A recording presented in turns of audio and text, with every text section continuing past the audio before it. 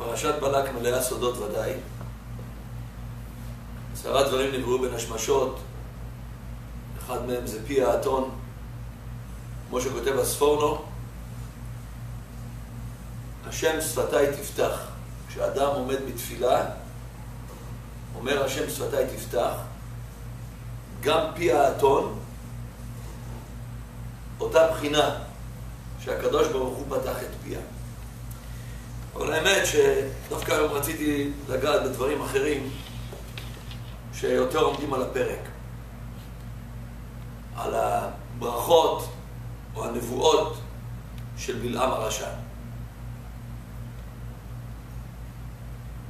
בלעם הרשע מסתכל על עם ישראל, הוא רוצה לקלל, אבל מדבריו יוצאים דברי ברכה וגם ההבנה בעם ישראל. ההבנה מהו עם ישראל. הן עם לבדד ישכון ובגויים לא יתחשב. שמעתי רבי סעדיה מניר, זה צדיק לברכה, שהיה דיין בבית דין במצרים, והוא ביאר הן עם לבדד ישכון. אם ניקח את האותיות א' ות' עולה י', ב' וח' עולה י', ג' וז' עולה י', ד' וו' עולה י', ה' נשארת לבדה, ה' וה' עולה י'. וכן על זה הדרך, אם ניקח את הי' והצדי עולה ק' 100, את הכ' והפה עולה ק', את הלמד והעין עולה ק', את המם והסמך עולה ק', נון מתחברת רק עם נון. אז ההי והנון בלבד, ההי והה עולה 10, ונון ונון עולה 100. זה מה שבלעם, כשמסתכל על עם ישראל, רוצה לקלל, הוא רואה את המעלות שלהם. ואחת המעלות הוא אומר, הן עם לבדד ישכון. ההי והנון זה הסימן של עם ישראל, הן. ובאמת, הגמרא אומרת, הן אחת. אז עם ישראל לא מתחברים עם שום אומה ולשון. הם מתחבר עם ה' ונון מתחבר עם נון. וזה אחד הדברים שאנחנו רואים את המנהיגים של היום, הם לא מבינים. או הרבה צעירים בארץ ישראל, הם לא מבינים. נגיד כאן שאנחנו נמצאים בגולה, יש כאן מציאות אחרת. שאנשים, יש כאלה שמתערבבים, והרבה שברוך השם הגיעו להבנה וההכרה אמיתית, שאסור לנו להתערבב עם הגויים. ולפעמים כמה שיש כאן נפילה, אבל גם מצד שני יש שמירה גדולה. אבל צריכים לדעת שבארץ, זה מה שאנחנו רואים, שאנשים רוצים רק להידמות ולהיראות, לא מבינים דבר אחד. הן עם לבדד ישכון, ובגויים לא יתחשב. לא ייתכן שכל מדינה שתקום, או לא משנה אם איזה קבוצה בטורקיה, או איזה מחבל באיזה מקום, ומחליטים ואומרים, כן, עכשיו אנחנו נעשה, ומיד רואים שהמנהיגים שלנו כולם זזים עיניים כמו לולבים. ממה אתם מפחדים? נתניהו, ממה אתה מפחד? ברק, ממה אתה מפחד? ממה אתם מפחדים? יש לכם ממה לפחד? הן עם לבדד ישכון. אנחנו לא יכולים להתחבר עם אף אחד. ההא לא מתחברת עם שום אות, רק עם ההא. הנון לא מתחברת עם שום אות, רק עם הנון. וזה רואה הגוי הרשע. בלעם הרשע שרוצה לקלל אותנו אומר, הן עם לבדד ישכון. אלה נמצאים לבד.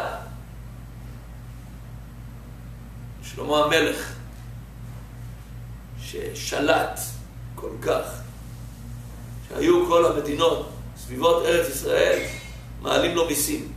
לא משנה אם זה היה ירדן, אם זה היה לבנון, אם זה היה מצרים, היו מעלים מיסים לשלמה המלך. היינו לבדד. עם ישראל לבד. לבד זה ההצלחה שלו. ברגע שרוצים להידמות, ברגע שרוצים, חס ושלום, ככל הגויים ישראל, אז צריכים לדעת ששם זה הנפילה שלנו. וזה הראשי ממשלה צריכים לדעת, המנהיגים צריכים וחייבים לדעת. זה לא משנה מה שאומרים החמאס, שעכשיו הם רוצים שיחזירו את הגופות, כן הבטיחו, לא הבטיחו. אם שר ביטחון מחליט שלא מחזירים, אז לא מחזירים. כל אחד עכשיו יכול לבוא ולדבר, כל אחד יכול לבוא ולהגיד את מה שהוא רוצה. בשביל מה שמו אותך מנהיג? שמו אותך מנהיג כדי שתשמע מה שאומרים העם? שמו אותך מנהיג כדי שתשמע מה שכל אחד אומר ולפי זה תנהג? אמרת את דברך, בחרו בך, מהשמיים ודאי המליכו אותך, צריך לעשות את מה שעם ישראל זקוק לו. זה אנחנו רואים בכל דבר מתחשבים. וגם העולם החרדי נמצא בנפילה גדולה מאוד. גם העולם ששומר תורה ומצוות, אכפת להם מה שיגידו. עכשיו, פרסמו איזה ספר, נתנו עליו כמה הסכמות, ומיד קמים כולם. משטרה יכולה לקחת את תורתנו הקדושה לחקירה. שמעתם כזה דבר בעולם? טוב, תיקחו את ריבונו של עולם לחקירה. הקדוש ברוך הוא אמר שבאים לארץ צריכים לאבד 7 אומות. מי שיגיד אחרת חס ושלום כופר במשה רבנו, כופר בתורתנו הקדושה. לא משנה אם הוא ראש ממשלה, אם הוא נשיא, כולם לגיהינום. גיהינום, מה זה? יש כזה דבר בעולם, ייתכן כזה מציאות בעולם, שתורתנו הקדושה אומרת שצריכים את 7 אומות כשנכנסים לארץ, צריכים להוציא את כולם מהארץ, טרנספר לכולם, אם לא להרוג אותם. לפחות טרנספר, זה המינימום. תגידו, טוב, תשמעו, זה קיצוני. כמו שאנשים אומרים, יבוא מלך המשיח, ייבנה בית המקדש, מה, נקריב קורבנות? מה, נשחט כבשים? אתם יודעים, זה מה שאמרו אומות העולם. זה שאמרו הכסדים. אמר, מה, המזבח הזה צריך כל כך הרבה קורבנות? רוצים לדעת את האמת? האמת היא אחת. תורתנו הקדושה זה אמת אחת. זה לא מתקבל על הדעת. הן עם לבדד ישכון, ובגויים לא יתחשב. בלעם הרשע ידע וראה מה שלא רואים המנהיגים של היום. בלעם הרשע ראה וידע מה שלא רואים אותם אלה שיושבים למעלה במרום וקרת, ואנחנו ואני ואנחנו מחשיבים את עצמם יותר מדי. על מה אתם מחשיבים את עצמכם? אתם כמעט כמו סמרטוטים.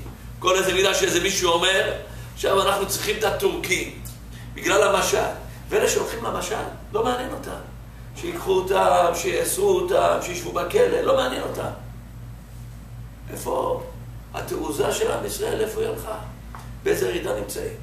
בעולם התורה, במקום שיהיו גיבורים כמו שצריך, לא שיקומו רב כאן ורב שם, יקומו כל גדולי ישראל על רגליהם ויגידו, לא ייתכן שיקחו את תורתנו הקדושה לחקירה.